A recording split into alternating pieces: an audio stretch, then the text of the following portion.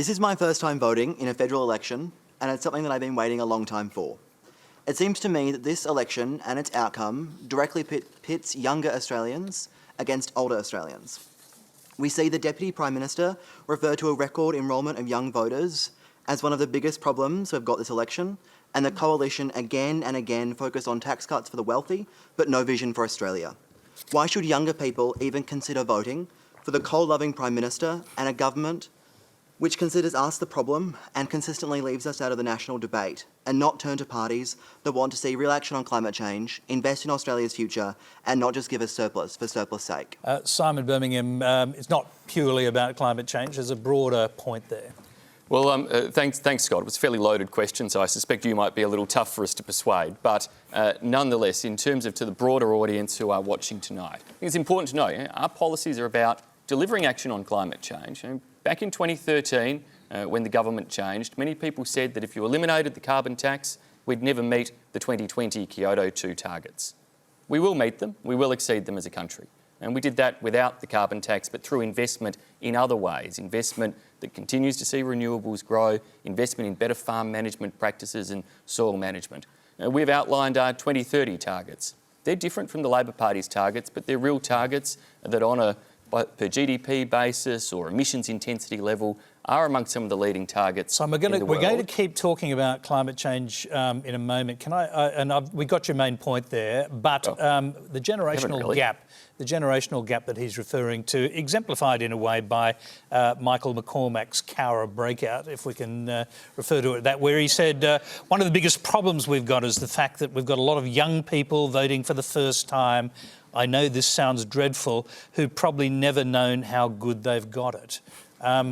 Was that moment there something that obviously a number of our questioners have picked up on, a bit of a problem for you strategically? Well, Scott, I think making sure that, Tony and to Scott and everybody else, I think we need to make sure that people understand what is being achieved. Last financial year, we saw more than 100,000 jobs filled by young Australians, new jobs, for the first time ever. The largest number in terms of new jobs created and filled.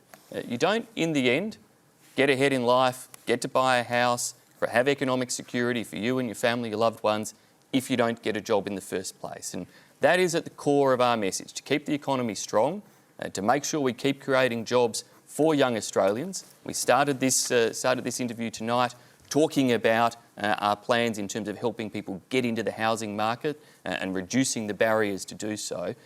And ultimately, the choice at this election is very strong. The policies that Tanya and Bill Shorten and the Labor Party have for higher taxes in a range of ways will lead to a weaker economy and will mean there are fewer job prospects in the future. Okay, and that is your minute, Simon. Tanya Plibersek. Well, we agree that jobs, work, that's really important. But we've got 1.8 million Australians who are unemployed or working fewer hours than they want. We've got 1 million Australians working 2 jobs to make ends meet. We need to make sure that we have jobs generated, but that we also change our industrial relations system to make sure that people's penalty rates are restored, that they're getting a decent day's pay for a decent day's work.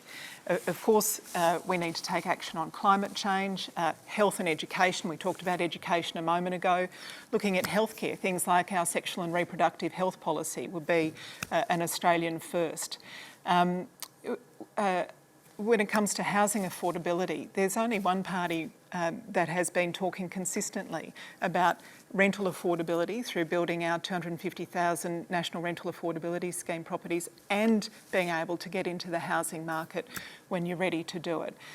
We've also said we'll have a Minister for Young People, we'll re-establish a voice of young people to government as well.